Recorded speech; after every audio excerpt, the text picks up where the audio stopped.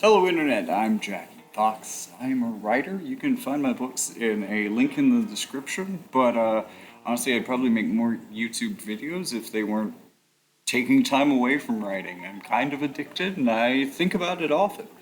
So I figured, in lieu of new books, but seriously, new stuff is being added all the time. I have kind of a backlog of things that I've written that I'm slowly editing through and publishing. Some new stuff all the time. Check that link in the description. But with all that housekeeping out of the way, also like and subscribe, I guess, while we're here. I want to talk about story structure. This is a thing that I've thought about for many years now, since starting my career as an author. And you ever heard that four-chord song? That's just like a bunch of different songs put together, but with the same music, different lyrics, different top hits, and all of the songs, and didn't realize that they all shared the same structure. Well, if we're looking for a popular structure like that in writing, we look at the three-act structure, and a lot of people say that this is based on the hero's journey, and it is. I'll explain that, but it is different. It's not the same three-act structure as the hero's journey, and I think that while there's definitely a reason, I'll explain why this happened. While there's definitely a reason that this happened within writing, and while there's definitely a lesson to be learned from it, I think there's also a lesson to be learned from the original hero's journey, and that I would personally advocate for a fused method that involves a total of 4 acts. Now, this doesn't necessarily mean that you have to break your book into acts or into 4 parts or anything like that. It's just logically, there are 4 main sections of your book, 4 main things that your book wants to do that you want to get through in a specific order. This is kind of the roller coaster ride of the progression of your book. So let's start with the hero's journey, and I'll explain the modern 3-act structure as we go, just to show you where they conflict and how they diverged from each other. Because there is a pretty clear chain of one leading to the other. Starting the hero's journey, we have the call to adventure. This is largely the first act. The hero will start at a place where they are, let's say, minimum comfortable. Like, they may be oppressed, or they may be heroing around and have a perfect, unproblematic life. Or they may have a hard life. That doesn't really matter. The point is that they're comfortable. They're roughly okay with what's happened, or at least they aren't motivated enough to change it yet. Act 1 will change this. This is the call of destiny, and often, traditionally, we don't necessarily see this as often, but I'm sure you can think of a bunch of stories where this happened that are modern. But often, traditionally, the hero would initially, at some point, refuse the call of adventure and say, no, I'm comfortable here, which would force an escalation in the plot to where the call of destiny would just have to call a bit louder and really force their hand. This is Act 1, and this is roughly how Act 1 works in most stories now, even kind of non-heroic ones, right? We have Act 1 to set up what the world, what the characters are, and once we have all that base knowledge, we can start getting into the conflict. In the hero's journey, Act 2 is probably the biggest section, and it does the most work. Right? So this is the entire adventure, basically, from start to finish. From the point where the hero leaves home to the point where whatever heroic mission is accomplished. That is Act 2 in its entirety. It's pretty big. Typically for these stories, I would say. So it makes sense that the modern method of doing this would split that into 2, right? So this is now Act 2 and 3. There's the slow setup to where we're maybe going on a quest for information. We're trying to learn something, some important lesson that will help us overcome whatever obstacle is in our way. Typically, we would learn that in Act 2. In the hero's journey in the very beginning of Act 2, and in the modern 3-act structure, this is roughly what Act 2 is. And then the end of Act 2 in the hero's journey, you have your final conflict, you have your boss battle, you have your big heist, you have, whatever the big thing is that your mission is to do, you do that at the end of Act 2. But in modern storytelling, that's Act 3. And this creates a situation where you end on a high note, essentially, and I can easily see why that's very popular. because this allows a story to be a little bit more of a full-blown ride to the end, like just a rocket shooting to the climax, as opposed to more of a roller coaster. Because the hero's journey has a down dip, it has a denouement. And we do kind of see this as a vestigial feature in writing, at least within the same book. Now, I will explain a way that this does still exist. It just doesn't exist in the same book, right? Like Acts 1, 2, and 3 are here. Act 4 is somewhere else, and I'm going to tell you where that is. But Act 4 of the hero's journey is basically all about consequences. Remember, these are mythopoetic tales, so they were a bit more moralizing. I'm not saying that authors and writers don't think about moral lessons or are trying to teach you some socio-political idea that they have in their head, or that there isn't deeper meaning to our art. But what I am saying is that that was more the purpose at that point, and more the purpose of that structure.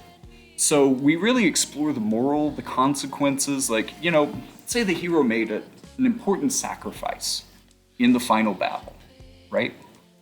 A modern story would end that there. Maybe there would be a moment of closure where they're going to the funeral of this person or something, but we see that. It's a silent scene, nobody talks, it takes 30 seconds and boom, movie's over. Or story's over. Maybe that's the epilogue, maybe it's just a closure chapter, but my point is that it's basically just a chapter. It's not an entire act. It's this shrunken down little vestigial feature. And I think a lot of the understanding, it helps to process the story. It helps to explain to you what the story was about. It helps you understand consequences. We're kind of divorced from that. Heroes don't have consequences, right? So if your big heroic battle destroys the whole city, I guess there's a wide shot of it before the movie ends, but we don't really discuss the consequences of that within that film. Or within that book anymore. We get this tiny little snippet of it, but other than that, heroes typically don't have consequences. And I say heroes don't have consequences because we do actually, and this is weird, we do more strictly adhere to the hero's journey as it traditionally was for stories about villains. Why is that? Well, because we want to moralize about our villains a little bit more. And this also kind of brings me to where Act 4 has gone in other work. Good example of both of these that I know is going to be accessible to anyone who sees this video, pretty much, is the MCU. Now, I'm gonna be fair, I haven't watched a lot of the newer stuff, really stopped at the Infinity Wars, didn't even see everything up to that because it was just getting to be a hassle to have several streaming services and go to the movies every 3 weeks, but you know what I mean. I definitely got hit by that superhero fatigue. But, Avengers Infinity War being a villain story, being Thanos' story, largely, to set up the second part, which is the hero story of how they overcome this horrible place that they've been put in. It's basically the hero's journey for Thanos. And it's interesting because from what I remember, I could be completely wrong. I don't know, maybe they do the 3-act thing and just cut it there at the end, but from what I remember, there is at least a moment. And maybe it is just a closure chapter, essentially. Maybe it is just an epilogue. But there is a moment that I remember from that movie where they sit and linger in the consequences of what Thanos has done. And there are consequences even for heroic actions. I'm glad that we're showing, especially when that was they did a lot to try to moralize it, right? They tried to make it kind of this utilitarian, he has good intentions kind of thing, right? Anti-hero, anti-villain kind of vibes.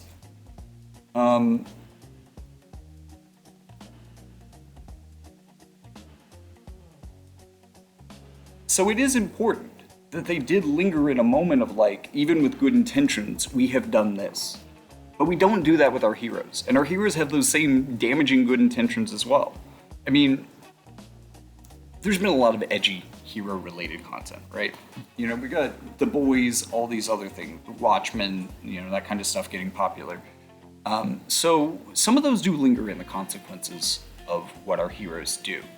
But largely outside of that little niche, we don't do this within the 3-act structure. Which is why, and I don't want to throw out the current 3-act structure because it's a good thriller format, it's action-packed. I like taking those two parts of the second act of the hero's journey, breaking them into separate segments, and then kind of dealing with them on their own. I don't even mind that the big climax isn't at the very end. Because I think that, and again, your acts don't have to be equally sized. Your fourth act could be half the size of your other acts, it's fine. But I feel like we owe to our readers, we owe to society, to linger a moment in the consequences of heroism for chapters. To ask what the cost of what we did was, especially because to dramatize a lot of these stories, we have to force them into moral quandaries. We have to force them to make decisions that are uncomfortable to them. And when we do this to real people, when real people are forced into these situations, it can be traumatizing. And when we end at Act 3, or the end of the hero's journey's Act 2, we remove the trauma. Which brings me to where it's gone, because it's there. Oh God. Modern media really likes to talk about trauma. It's part of that pop psychologization, therapization of language and all of that. We really like to talk about trauma. Do you want a show that's absolutely steeped in overt references to trauma? Stranger Things. Easy. Just straight through. The whole time. It gets worse as it goes.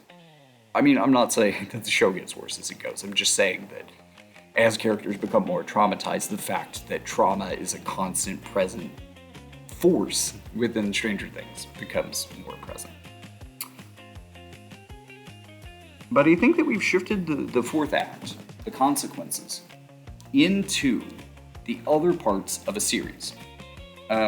Entertainment is the reason that we moved from the more moralized hero's journey into the more thriller three-act structure, but I think it's serialization and entertainment that really was the final nail in that hero comes home and deals with the consequences side of things.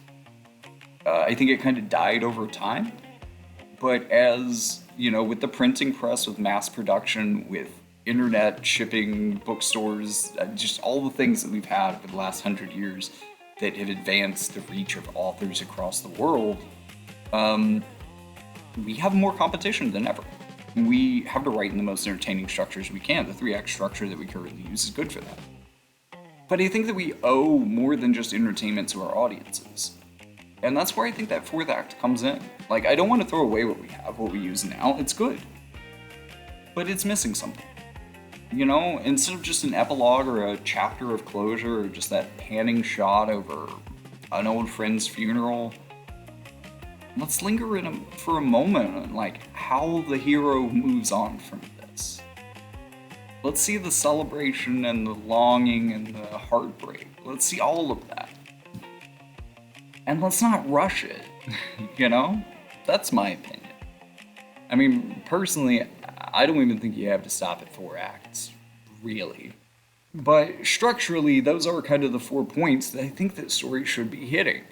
Setup, building, climax, emotional resolution, and closure, right? I think that's a good set of 4 things to kind of equally or roughly equally spread your novel or whatever story you're writing into.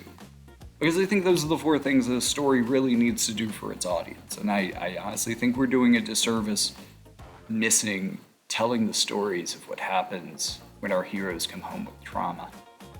I mean, it's not even hard to understand why that would be important, right? Our heroes come home with trauma all the time.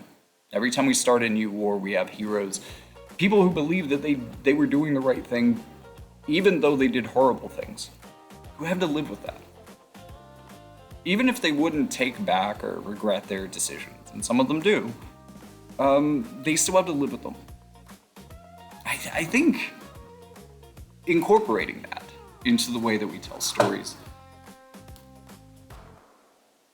would help those people, be seen by the structure of the story itself. It doesn't even have to be the content, but just acknowledging that you can do the right thing and still end up damaged. And also that, you know, there was often kind of an element of coming home to a community and that community having some way of helping you, some way of consoling you, right? That was kind of an important part of it. The hero was not separate from everything. The hero was a part of everything. Sometimes the hero would need repair, consolation, closure themselves. And that would be provided by the community, the home, the thing that they were returning to.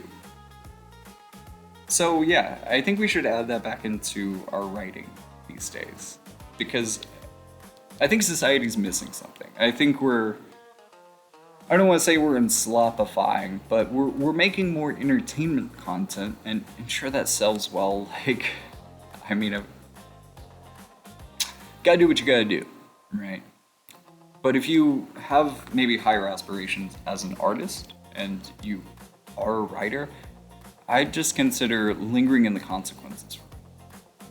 Because currently, we're outsourcing these to other things. See, a novelist like myself, I love writing a series of books. I love carrying consequences over multiple books. I love tracking all of that, building an elaborate lore, character relationships, all these things. I love it, like just on these big scales. I still do the Act 4 the way I said, but I also understand that in other work that uses a 3-act structure that is serial, consequences are often saved for Act 1 of Book 2. So, Book 1 has the traditional Act 1 of the hero's journey. The hero is called into action. Book 2, the call may already be active. I mean, again, we didn't have a return home at the end of the previous book, so they may still be, like, on the battlefield. Maybe the first conflict is done, but they're not completely done with their journey, right? Something like that. So the consequences of everything that happened in the first book will now be felt as a reevaluation of the world around them, right? The world will reshuffle. The lore will alter itself slightly to adjust to the consequences of the prior novel. Meaning that the hero's return home and the consequences and all of that is now being offloaded into the next book in the series, essentially. Sometimes it's not even that clear, like that's more the way that I would do it as an author, but you also have these really diverse or diffuse or decentralized serial projects going on right now. And I already mentioned the MCU as being a good and accessible example of this, and they're a really good and accessible example of this. I mean, the first Avengers movie, they fucking, like, aliens invade New York and basically destroy everything. Second Avengers movie, they lift an island into the sky and drop it back on the planet. Like, we're talking catastrophic levels of damage in both of these movies. And, like, there's a closure chapter, like, they kind of acknowledge it a little bit. But the Act 4 of, like, how the world lives with what the heroes did, how the heroes live with how the world lives with what they did, etc., what would be in the return home section of the hero's journey, we now see it in a post-credit scene. We now see it, not even in the same movie, post-credit scene. I'm talking about, like, a post-credit scene a year later. We see it, you know, in the Act 1s of the next year, where they're all like, well, you know, the superheroes blew up New York. And just like everybody drops references to that for fan service and lore continuity, but you know, it's really serving the purpose of that Act 4. The thing is, you know, like, and that's a part of the story we need. I think that this kind of serialized structure kind of forces us to buy more content to get that, right? We don't get the closure until we see the next thing. It's kind of a cliffhangerization of the hero's journey. In the, you know, it's all still there, like within the series, but it's not all still there within an individual piece of content, because essentially we ended the movie early. We ended the movie early and we took all those leftovers and we just crammed them into the beginning of the sequel, basically. And I mean, that's the thing, like, I guess it is still there in those cases, but you can do both. Like, you can still have a moment where you're like, how does the world move on from this, right? What's the lasting damage? How do the heroes feel about this? Were there relationships formed on the battlefield? I don't know. Maybe it's a hero romance where your hero falls in love with their, I don't know, like their partner on the battlefield or something. So, maybe showing a moment of them starting a life together when they get back instead of just like a kiss when they get back home or something. Like, again, we're not lingering in those moments. We're not seeing how life goes on. We're just doing our best to skip to the good part, I guess. I mean, that's also kind of an issue with like the whole in media res opening, which makes more sense in movies. But like, I feel like pressures are kind of pushing for in media res everywhere. It's just popular. People want that, right? Like every chapter needs to start with the action point. That's kind of like the stylistic era that we live in. And I think it's kind of vapid a bit. It is entertainment forward as opposed to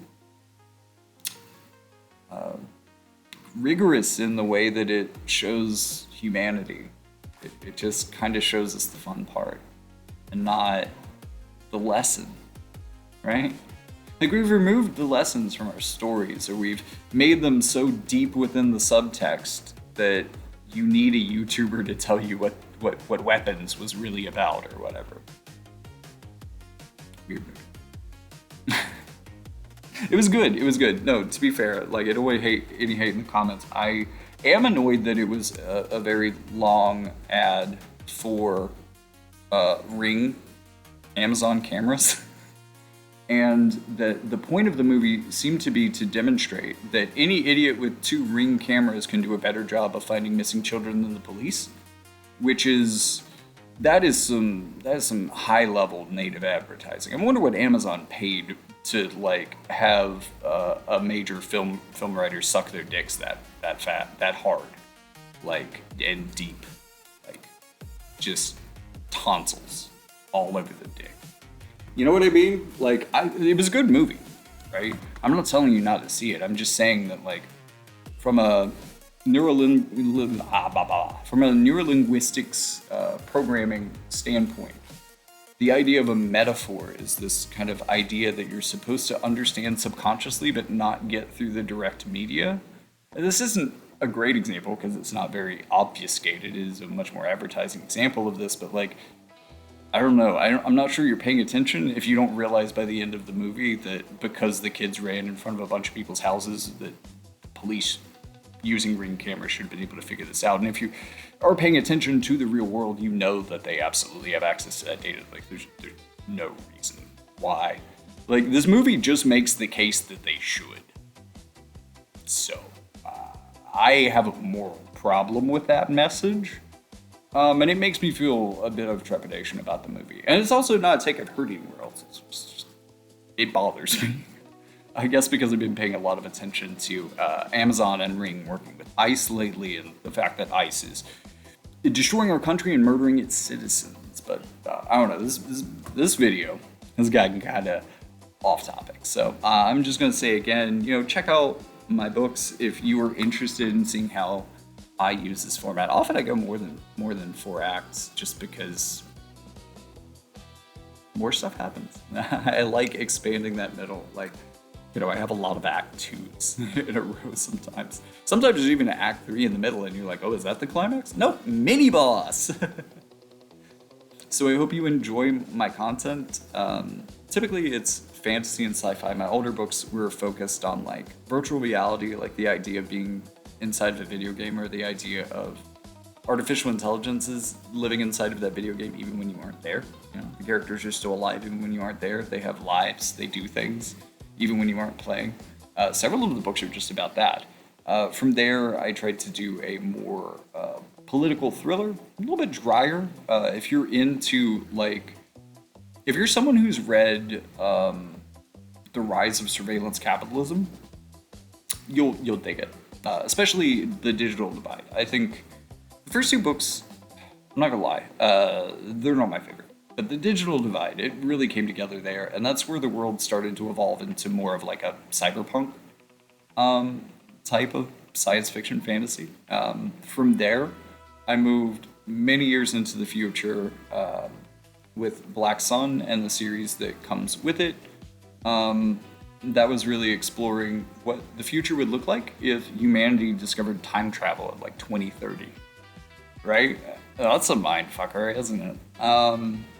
And there's a lot of there is so many like strange interactions and consequences of time travel that I feel like time travel fiction just doesn't ever really deal with, and I had a lot of fun playing with those.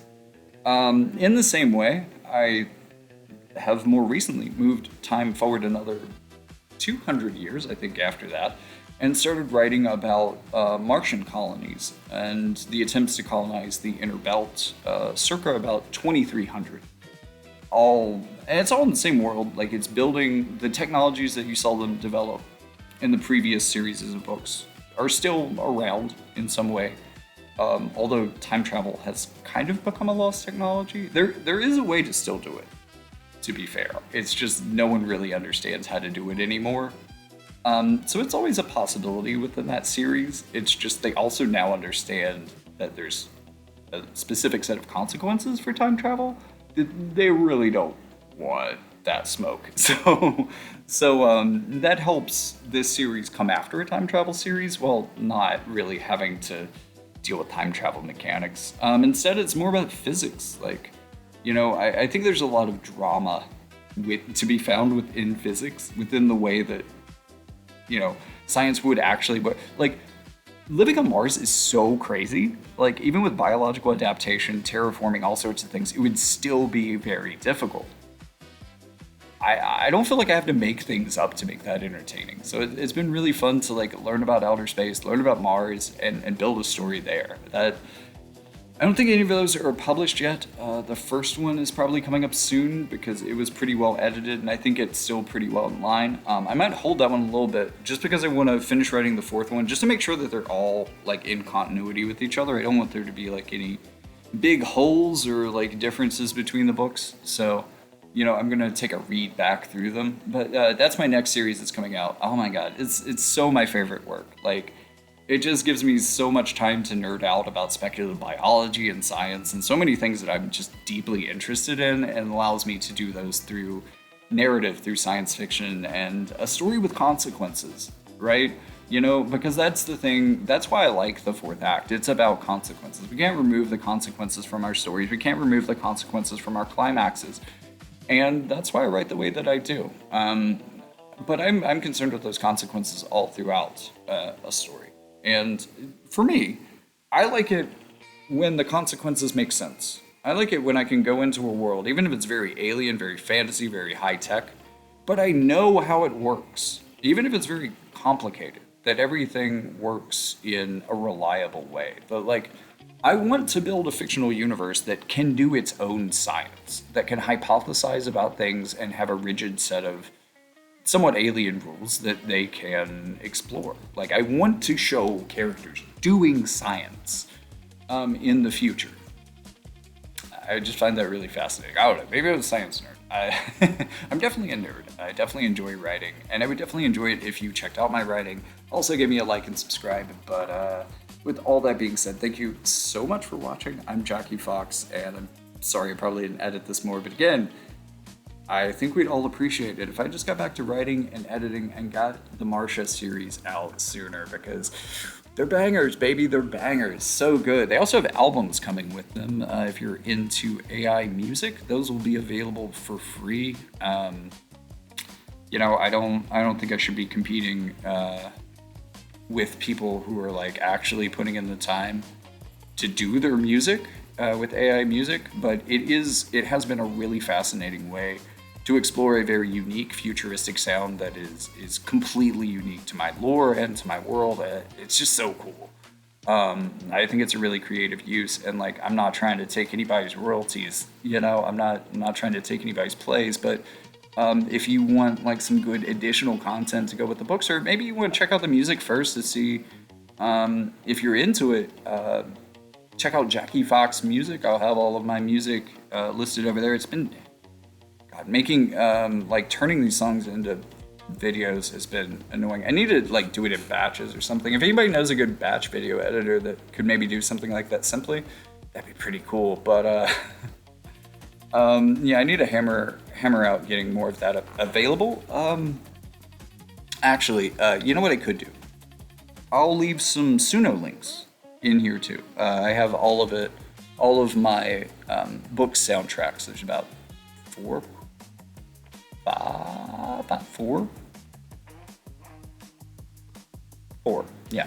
There's 4 albums out so far in this way, probably about 60 songs. Made over 1,000. So like those were the good ones. But if you want to check that out, that'll be Jackie Fox Music. I guess I'll leave a link for that and for some of the Suno stuff as well. Thank you so much for watching, and I'll see you in the next one.